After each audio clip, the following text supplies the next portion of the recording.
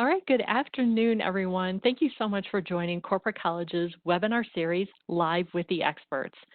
Our way of reaching out to you is one of these formats to really provide you relevant information, tools, and tips, actions that you can put into play today and really support you and set you up for success. Adjusting to however you want to label norm anymore. It seems to be a daily occurrence now. We're all shifting to this new reality of remote working, learning, living, and that is why here at Tri-C, we remain committed to serving you during this time of rapid change by providing actionable resources to help you, to help your team, not only succeed, but really thrive wherever your team is located at this point, whether they're still at the work site or working remotely. Our webinar series is just one of the newest resources Corporate College has to help you overcome challenges and really help you achieve both personal and business goals. Our series focuses on 4 primary themes, with today's session focusing on virtual leadership. Other sessions focus on better ways to work remotely, navigating a transition, and even in personal health and well-being. And Corporate College is so fortunate to have a highly talented team of facilitators and subject matter experts. This afternoon is no different. I am so pleased to introduce our presenter and facilitation specialist, Leslie Yerkes. Leslie is an instructor with Corporate College, but because of her 30-plus years of experience in organizational development and change, she is truly a leader here in Cleveland, Ohio. She's taught for John Carroll University, Baldwin Wallace University, and is on the faculty at the Weatherhead Dively Center of Executive Education at Case Western Reserve University. But don't worry, if you're not able to see her there, you can also look her up and follow her on Amazon, or you can find her addressing audiences throughout the United States and Europe. Yes, she shares her expertise and is recognized as an author and speaker, authoring and co-authoring so many different books with actually one of my personal favorites, Fun Works, Creating Places Where People Love to Work. And I'm really left with that understanding, that theme that she puts in there, the reality of blending the humanistic approach to real-world business challenges. Leslie Yerkes is also president of Catalyst Consulting Group, Inc., and has worked with so many different leaders and organizations, such as the Chrysler Corporation, the Cleveland Clinic Foundation, United Church of Christ, ArcelorMittal Steel, and NASA, just to name a few. I could go on and on. So with that, I am so wonderfully pleased to present to you Leslie Yerkes. Thank you so much, Leslie, for bringing your expertise on leadership to us this afternoon.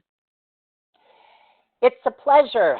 Greetings to everyone. Right now we have about 39 people joining us from lots of different places, and it's a joy to be with you about week 11 in this very strange and interesting experience and experiment that we're having in the world.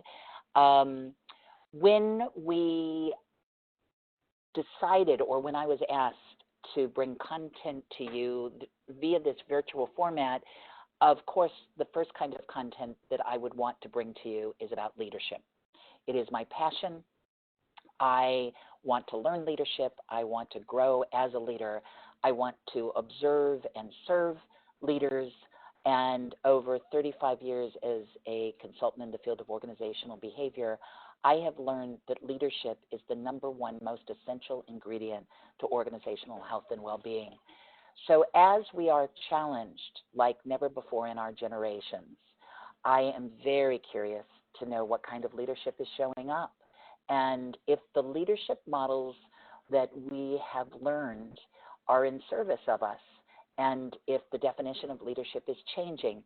So today I'm going to present to you some of the leadership models that I think are the most relevant, the ones that I go to first, the ones that I've framed most of my work upon. But it's going to be an opportunity for you to reflect yourself and perhaps just give some feedback. I'm very, very curious to see for you if these models still resonate. So in the chat box, when you write into it, it does not show your comments to anyone else. The only people that can read your comments are Geraldine and myself. So just know that. I would love if you would go to the chat box right now and simply volunteer your name, which is there, and your age. Geraldine's going to do a quick scan of them and let me know our average age of the 42 people on this call right now, because one of my curiosities about leadership is it being defined the same way by generation? Is it changing because of the experiences we're going through? Is leadership and the definition of leadership something that is lasting? So I'm very, very curious to know, of the 42 people that are with us at the moment, what are your ages? So if you'll just simply go to the chat area, your name will come up, and you do it to all panelists. Will you just type in your age numerically, and in a few minutes we'll know a little bit more about you. So my first slide is here. You are seeing me live from this little cottage on Lake Erie, where these dogs and I walk every single morning trying to get our leadership chops together. In difficult times, it's essential that your head and your heart are aligned to your actions. And so I live close to Lake Erie, and the walk every morning grounds me in who I want to be each day. These two dogs, one which is raised from a puppy and one which was a rescue, have taught me a lot about leadership. It seems to come very, very naturally to animals. But I'm going to tell you some of the book learning that I've sort of leaned upon over the years. Today, our topic is my favorite, as I said, leadership, the essential ingredient for healthy organizations, stepping up and into the center of leadership for the purpose of the good and the whole.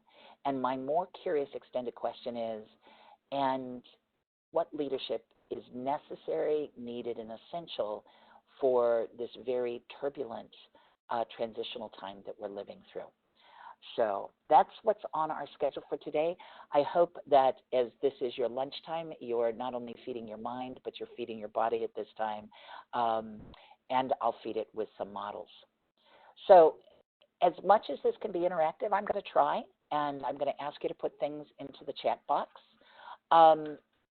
When I say the word leadership, can you envision a person whom you feel exemplifies this word? Does a person or several persons or a group of people, when you really think of your highest standard of leadership, does someone come to mind? And if so, in your chat box, will you list some of the qualities of that leader? What qualities does that leader whom you're envisioning possess? I'm going to give you just a few seconds here, 30 or 40, to pause, to think about it, to put this in mind when you think of the word, the highest standard of leadership. And for me, leadership doesn't just mean you lead at home, you lead at work, you lead in your community activities. Leadership is easy in the good times. Leadership is essential in the difficult times. When you really live to the standard of leadership, you are a leader at all times, situationally. Can you think of a person that exemplifies that definition of leadership? And will you type into the chat area, what are some of the qualities? Oh, thank you for all your feedback. So as I look at some of these qualities and read them aloud, I also appreciate that you've put your ages in there. It's fun to see your names too, because there's some familiar names in this crowd. And already you're proving me wrong. I wondered if I was going to today attract more newer managers, people that have been in the workplace for 10 to 15, 20 years. But what I'm seeing is we have a great span. There are boomers here. There is Gen X and Gen Y. There are some millennials. But I'm going to read some of the qualities of leadership that you have shared. decisive, listens to different viewpoints, honesty, integrity, and dignity, clear vision, independent, courageous. Again, honest, inclusive, and teaches, authentic, principled character, wisdom, patience, servant, responsive, available, respectful, empowering, and empathetic, a visionary. Active listener, innovative, leads by example, rational, decisive, honest, integrity again, compassionate, empathetic, good communicator. The word vision keeps coming up again. Fun, caring, intelligent, good listener, patience, empathy, challenges everyone, practices and encourages getting better every day, has a growth mindset, builds trust, authentic. Again, empathetic. This is, we're going to learn a lot. Mobilizer, transparency, flexible, empathetic, curious, reflective, approachable. I take a deep breath because what's so fun about facilitating, whether it's live or virtually like this, what I've always learned from groups is the group of people I'm with most of the time already knows what they need to know about whatever subject that I'm speaking about. And you've proven this to be true again. All of the things that you've listed fit into one of the models that I'm going to share with you. So your definition as asked for today, or the qualities of what you define to be in a good leader, completely align with what I consider to be some of the most fundamental frameworks of leadership. So I take a breath because I was a little worried that in these trying times that our definition for leadership has started to shift. I'm going to take you through a handful of my favorite models, the ones that I think are research-based, that's rational and fact-based, that really are frameworks that reflect reality and good experience and highly functioning organizations, and they've stood the test of time. So when I was speaking with Geraldine earlier, I've been passionate about leadership for a long time. I've studied it now, and I've studied about 100 years of leadership, but mostly 50 years of leadership writing. And the models that I'm presenting to you today have all been framed in the last 30 years. But what I want to let you know is there is more written about leadership and management than any other topic in the world. And yet, the frameworks all say the same thing. So I go for the ones that are research-based, that are sense-making devices that give people good guidance and counsel. I'm going to take you through the best ones, and then the questions that I'm going to hold for you is, do the competencies and the frameworks give us good direction in these very challenging times? Just before I go through this, however, you will see there's also a Q&A. If you have any burning questions that you came to this conversation today that you would like to have answered, will you make sure that you frame them for me now so that I can sort of blend them in?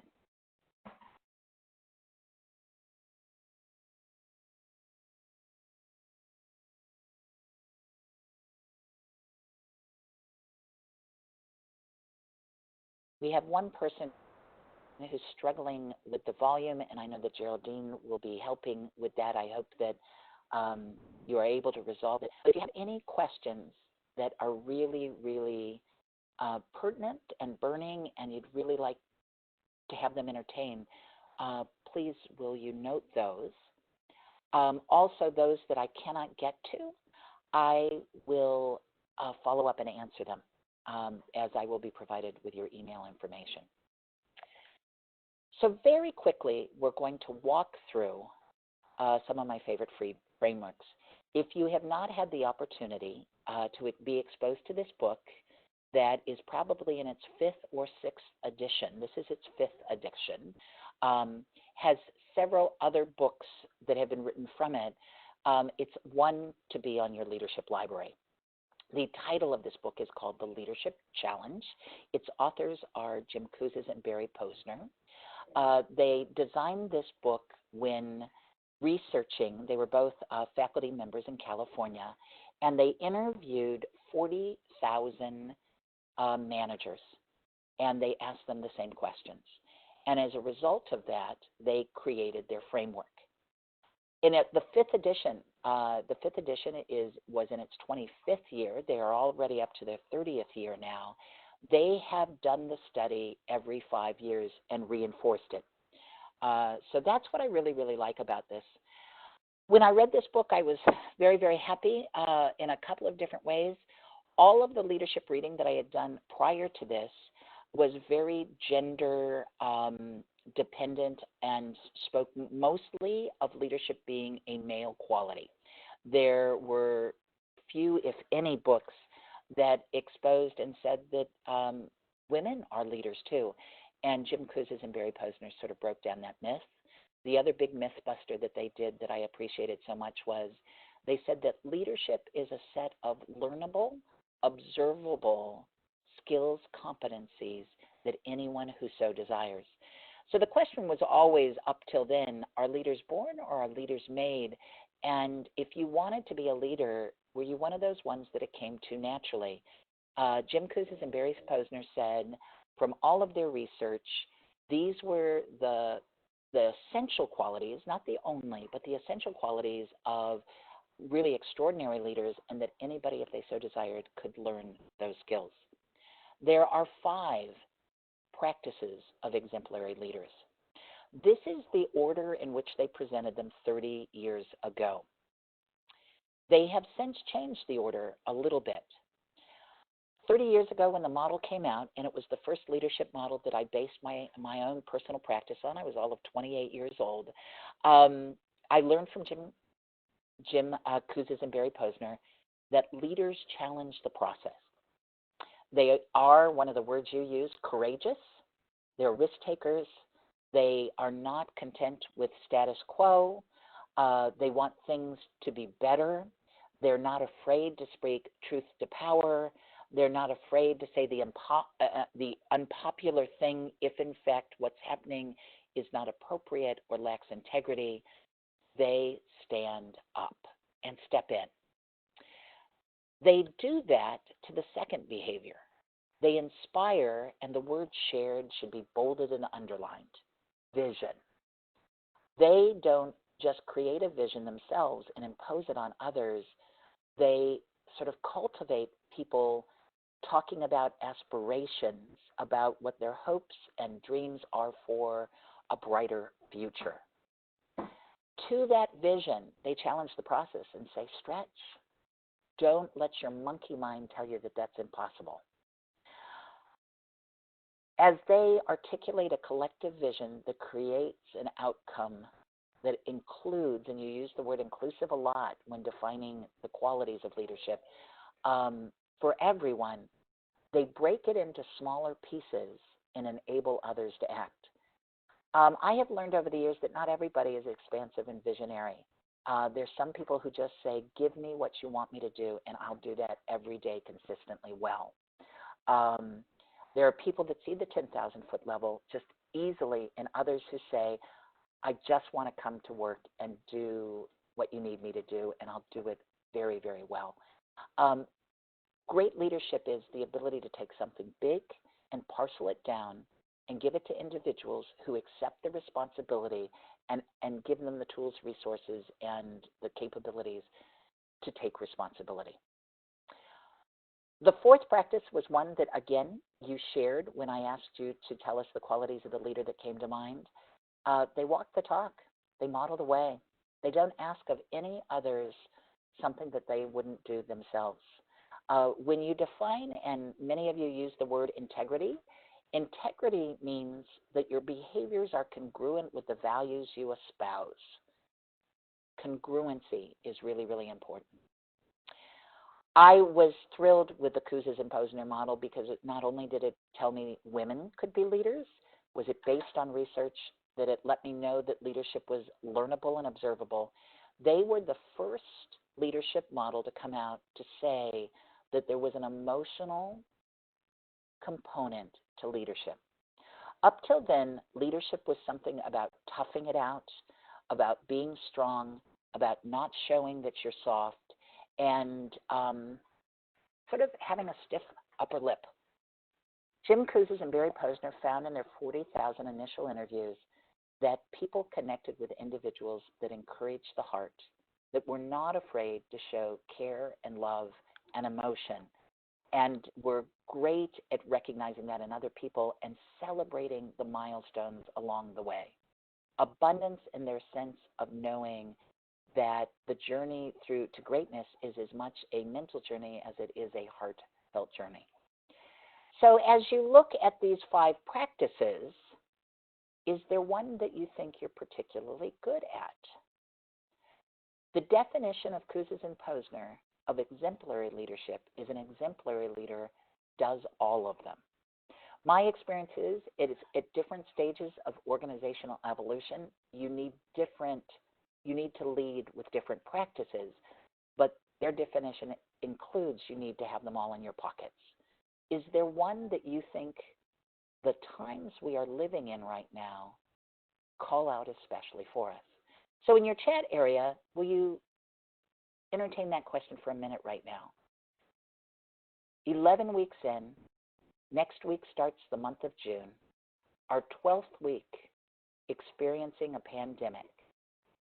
Of these 5 exemplary practices, what's the one that you think you should lead with?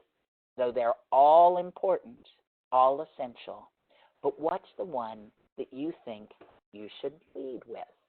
Go ahead and write that in the chat box right now.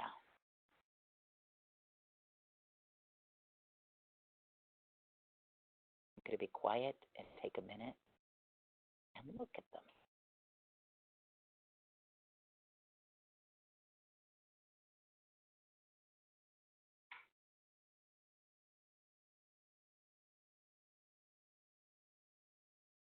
You have very good instincts, team. We have 48 people on the call right now, and those of you that put in the chat box, model the way, encourage the heart. My instincts tell me the same, which is all of these things are important situationally, and that they all are the component parts of leadership. But I am feeling very strongly right now that people are fatigued. We don't see the end in sight. There are still great uncertainties and unknowns, and that we need to approach them as human beings and touch their hearts, be by their sides, and someone said, and don't forget to inspire a shared vision. People need to know that there is the possibility that we can come through this and actually come through this and be better for having made the journey. That's what inspiring a shared vision is about. At the same time, it's very, very important that there be reality to leadership, which is let's not be Pollyannish about the challenge of the trauma associated with the heartache that it is causing. That's the encourage the heart, which is to recognize that this is a painful process, but with good intention, we may in fact create a stronger, better world for having been on the way. So as I move through the Kouzes and Posner model to share with you another model, one of the books that they wrote after the original book was a book about followership. And they did a study and asked, what are the qualities that followers expect of leaders? So again, very quickly in your chat box, 1 or 2 qualities that you personally think followers expect of leaders. And personally ask yourself, of people who hold leadership in your organization, in our world, in our community, what do you expect of them? What is essential? If you were only able to list 1 or 2 things, What would make that list? The words are coming in right now.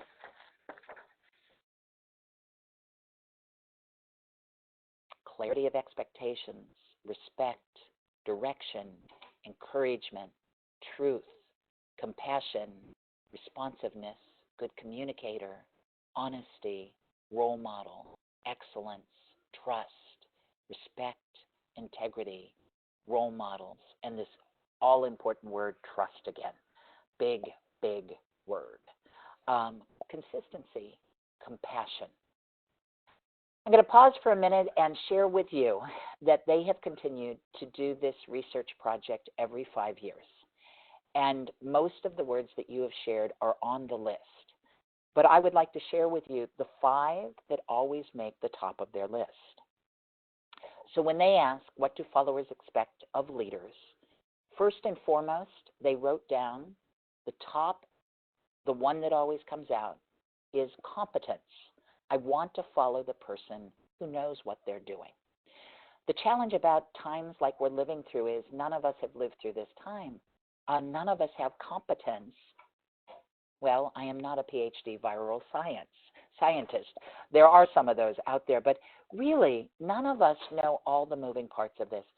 So we're not going to follow the person who's been through this experience, but are we following a person with competency who knows how to think, make good decisions, deliberate, get the input of others, weigh competing things like how do I keep my business healthy and keep my people healthy? Competence is the number one thing on the Kouzes-Posner followership list. Second, you had it on your list. I follow the honest person. I want people to tell me the truth. This is what their list says. To share the truth, even if it's difficult and hard, to be factual in their presentation of information. The third of the 5 key characteristics that they see top of their list is visionary. We want people to show us the way through. I like to refer to this as lighthouse leadership. The lighthouse stands at the most difficult point in the eye of the storm, showing light to guide people through to safe shores. We want to know that there is something on the other side for us to live for, to work for, to dream for. The fourth of the qualities, you also had it on your list, caring. We want to follow leaders, Kouzes and Posner said in this research, that people are not afraid to show that they love us, that they like us, they care for us, they care for what's important to us, they care for all of us. And lastly, on the top 5 of the sort of qualities of leadership in their research was authenticity. This goes back to the integrity, which is you get what you see. They are who they are. They've explored their inner landscape. They know who they are in all situations. And when you're with them, you feel that very clearly. How do you measure up to those 5 qualities? Do you show and share your competence? Do you try to be honest in every situation, regardless of how hard and difficult? Do you cultivate a vision? Do you show your caring abundantly? And are you being the best authentic you can be? That's Jim Kouzes and Barry Posner's model. For me, the bookend to this is Daniel Goleman's work in emotional intelligence. Again, about 30 years old. There are so many books that are written as sort of spin-offs from emotional intelligence, but the foundation of Daniel Goleman's work is that he studied high-performance individuals and high-performance people in the context of their organizations. And he said the smarties did well. People with high IQ did well in life. But there were people that outperformed the smarties. And he studied more deeply what were the qualities that differentiated them. And he codified this with the words EQ, or emotional quotient. Daniel Goleman made this framework, and originally there were 18 qualities to emotional intelligence. The Hague Group, now owned by Korn Ferry, has skinnied it down to 12. There was some duplication in the model, and so I'm going to share with you the original model However, I want you to know that I don't teach leadership in any situation without using this framework. What I most value about Daniel Goleman's work and the work of Richard Boyatzis here at Case Western Reserve, who is a partner of Daniel Goleman in this work, is that I love that Kouzes and Posner gave me 5 practices and that Daniel Goleman gave me competencies, which are the combination of skills, knowledge, and behavior. That's the definition of a competency. What skills, what knowledge, what behavior makes up these competencies. And Daniel Goleman said to do the work of emotional intelligence, which differentiates an individual, and organizations that have depth of emotional intelligence are higher performing organizations. 30 years later, all of the data reinforces this every time there is a study. So if you're unfamiliar, the definition of emotional intelligence is the capacity for recognizing our own feelings. That's the self-awareness piece. And those of others, for motivating ourselves, for managing our emotions well in ourselves and in our relationships. Emotional intelligence is soft science. And the interesting thing about the United States is all of the measures of our effectiveness are generally hard science. How much money did you make? Did you get your goal done? What is the volume? Our goals are written in such a way to be very, very tangible. The qualities of emotional intelligence or the competencies of emotional intelligence are less tangible. How do you measure empathy? How do you measure optimism? So what's so very, very hard about this is that most of the focus of our development over the years has been on technical competencies and hard science, finance, structure, systems, and that's at the end of the day when they say, what did you get done? They want a hard science answer. They don't ask the question, and how did you do that? Did you do it in such a way that you built trust, reinforced loyalty, fanned the flames of motivation? Those are more EQ questions. After 30 years, we've learned that individuals that develop the soft science to match their competency outperform in all areas of their lives. And organizations that are developing emotional intelligence also outperform. I'd like to think that these competencies that I'm going to share with you now are essential for the time we're living in. They fall in 4 quadrants. The first is self-awareness. Do I understand who I am in every situation? The second is self-management or self-control. In understanding myself, do I not allow myself to be triggered and behave in such a way that isn't in alignment? Leaders use self-control. At this time, if you're really in leadership, though you will be experiencing stress, that's real, your stress will not show up or manifest in ways that are dangerous, hurtful, or disrespectful to others. That's the assertion of self-control. You can't get to self-control without high self-awareness. Then you go to the right side. It always starts with the left side. Social awareness is the same self-awareness applied to looking around you. Do you read other people well? Do you understand other people well? Do you understand how they're reacting? Do you walk a mile in their shoes? And lastly, the rest of the companies fall into, and do you interact with others in such a way that inspires them to want to work in good times or bad? This is the original model that Daniel Goleman created. There were 18 competencies. There are now just 12. They did not lose any of the behaviors in the model. They just reduced the duplication. If you have not had the opportunity to be exposed to this content, if you're writing a development plan or a development plan for somebody else, this has got to be high on your list of things to do. So, I'm looking to my slide, and I'm getting so what competency, when you look to these 18, and we'll stick with the 18, will you go ahead and go to your chat right now? Which one in this time of COVID or 2 are you most leaning upon? Which are the ones that every day you reach into your pocket when you prepare for your Zoom calls, when you prepare to meet people virtually, when you're trying to give direction or prepare for an opening or keep the work going? Are you reaching into your pocket and pulling out every single day? Which of these competencies from emotional intelligence are you in service of right now? Will you write that into your chat box?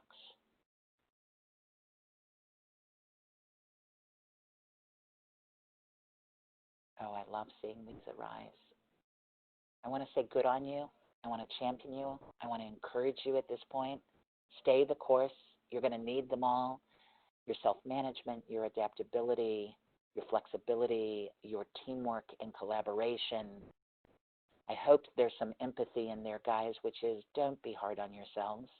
I recently had a plant manager say to the owner of the business, we're not keeping score right now.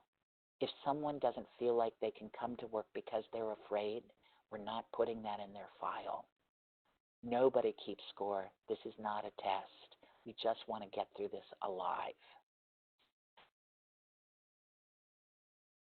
All of these competencies are essential. You can't be working all 18 at once. They do reinforce each other. And if you were to ask me, where do I begin, Leslie, if I'm just starting on my trail towards emotional competence, it will always be in the upper left-hand corner. It all begins with self-awareness. Without self-awareness, the ability to develop self-control or social awareness or any of the competencies in relationship management are greatly diminished. So really spending some time, and for me, I've never been busier. This is the strangest thing.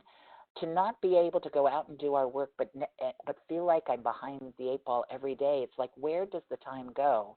I'm wondering if you're feeling that too. There is a piece of time, however, that I'm trying to carve out every day to seize the opportunity to develop myself mentally, spiritually, socially, and physically. I want to come out of this stronger than I was going in. There are so many lessons to learn, and every competency that we have is required, necessary, and essential for this time. But Miguel reminded me it's not a test. No one's judging us. I'm going to jump one more time because I'm aware of the commitment we've made to end at 12:45. There's two more models that I want to put in your toolkit. I have so many that I'd like to share with you. This book came out in the last 10 years. Dave Ehrlich teaches at the University of Michigan.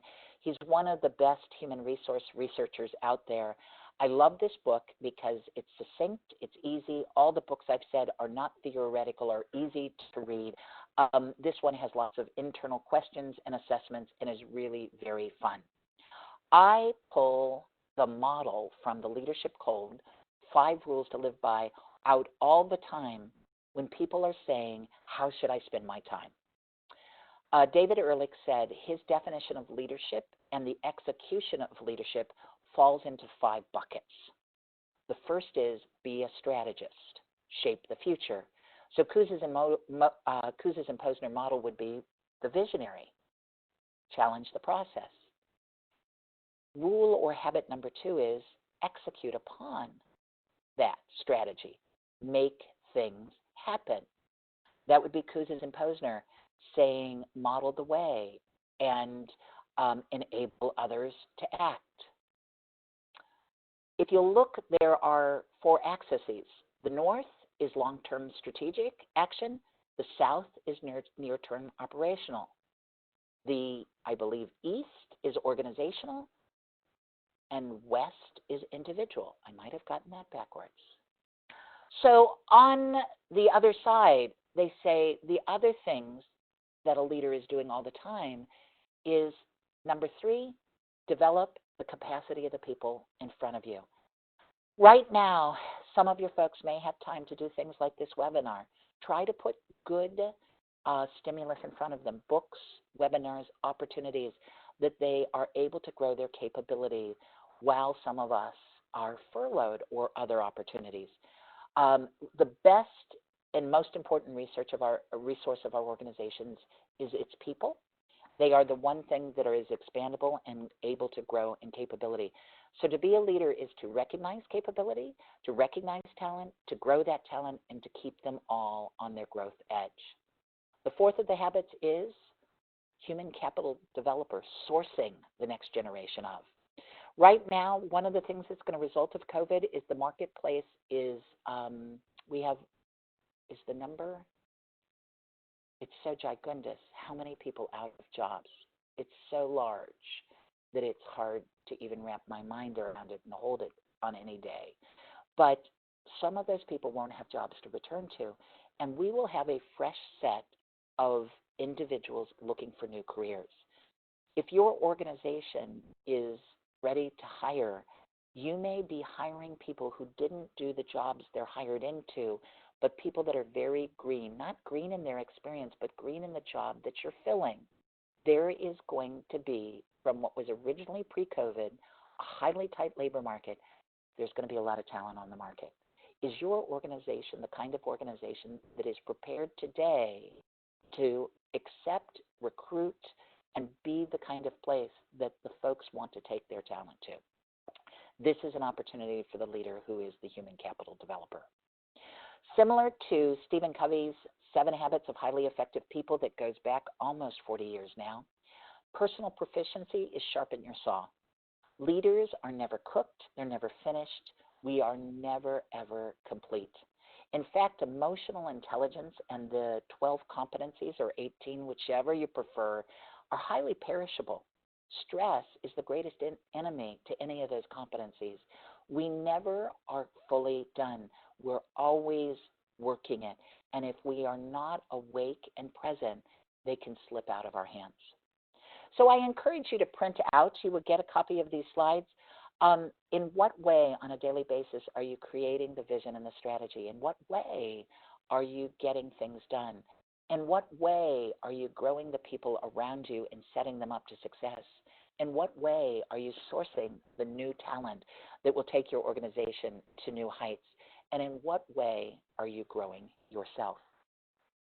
A conversation about leadership would never be complete without referencing Robert Greenleaf. Robert Greenleaf's work is about 50 years old, but it's become very popular again, and I love when good things don't go away. Robert Greenleaf coined the phrase servant leadership, and you guys used the word servant when you spoke originally about leaders. The servant leader is a servant first. It begins with a natural feeling that one wants to serve first. One of my favorite organizations is called Zingerman's in Ann Arbor. It's a deli, it's a restaurant, it's a bakery and a beanery and a creamery. It's a collection of businesses under the same moniker. If you're curious about them, go to zingermans.com. They are a food source, but their leadership model that they teach to everyone is servant leadership. It is so clear that they are in service of each other, of their customer. They have the most remarkable culture that I love to visit all of the time. You cannot tell the difference between an employee, a manager, or the co-founders. They all are in service collectively together. Robert Greenleaf's servant leadership is the guidepost that they use for their leadership model.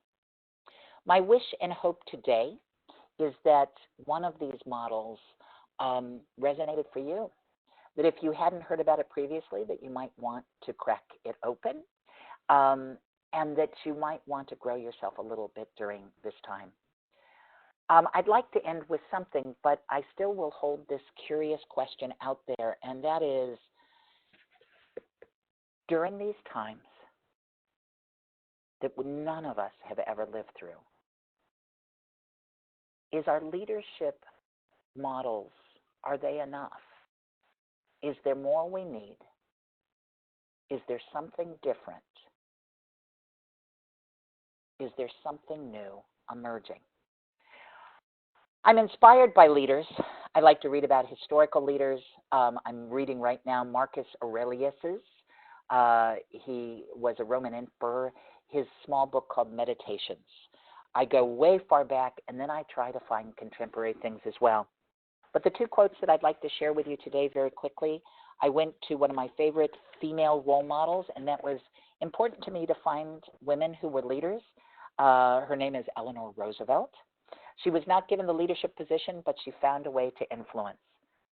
She encouraged you to challenge the process, and this is Eleanor's quote. Do what you feel in your heart to be right, she counseled us, because you're going to be criticized anyway. You'll be damned if you do and damned if you don't, so why not just speak up?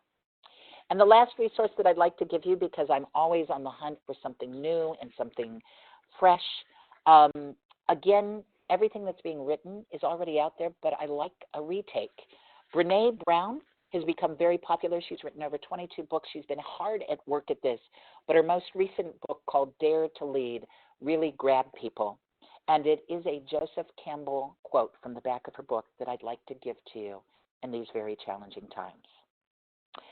So as you think about your own path to daring leadership, Brene says, remember the wisdom of Joseph Campbell. The cave you fear to enter holds the treasure you seek.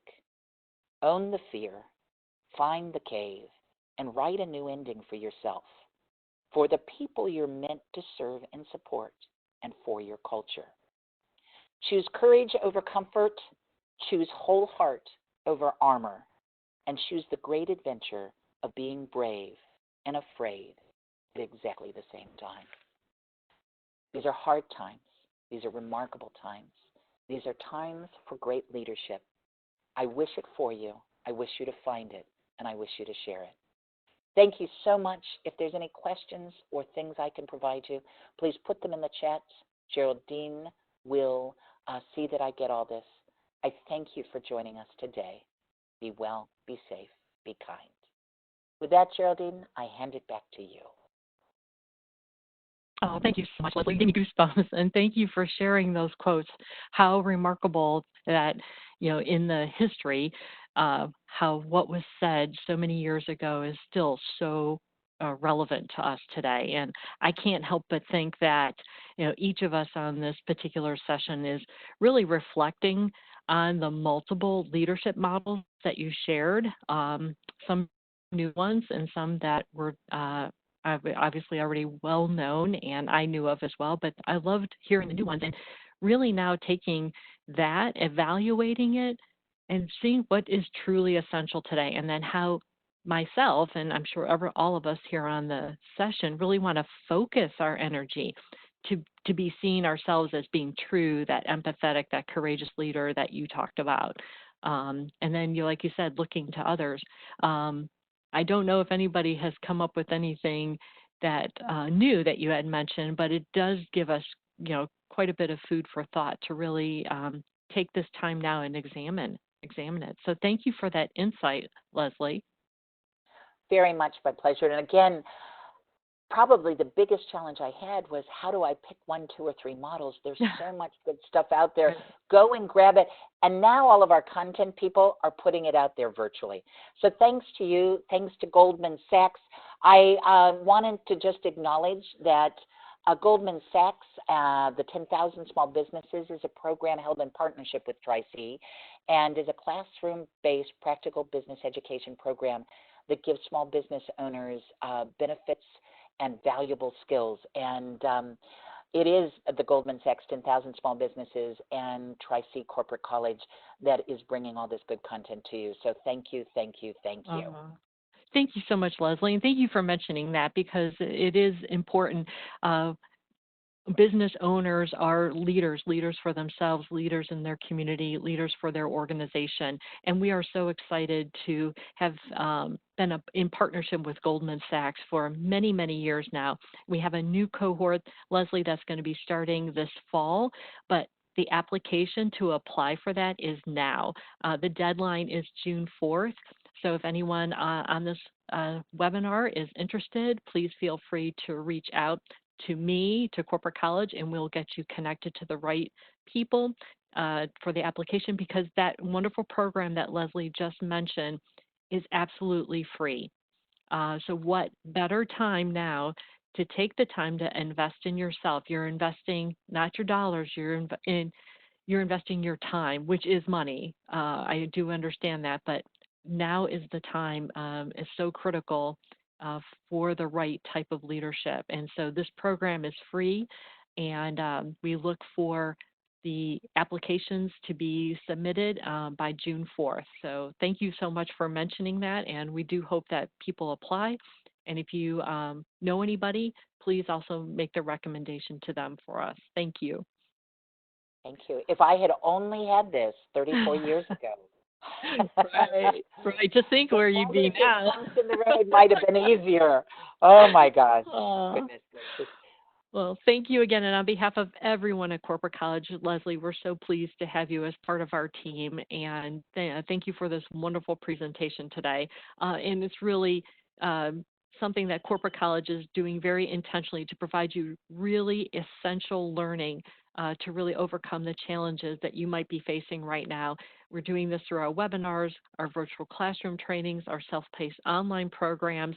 We have amazing subject matter experts like Leslie as part of our team to provide consultation services, training, even coaching. So please visit our Corporate College website where you can find all these types of programs on leadership, quality, project management, even our health industry solutions, patient access specialist programs, and much, much more. And if you want to rewatch this wonderful session, which I'm sure you will, please feel free to visit our Corporate College free webinar series page to rewatch Leslie's presentation today. It will be recorded. You'll see it out there early next week, and also a copy of her presentation available for download. So with that, thank you so much, Leslie. Thank you, everyone, for joining us. Again, I'm going to echo Leslie. Please stay safe, healthy, and ready to take on whatever challenges lie ahead. Thank you all.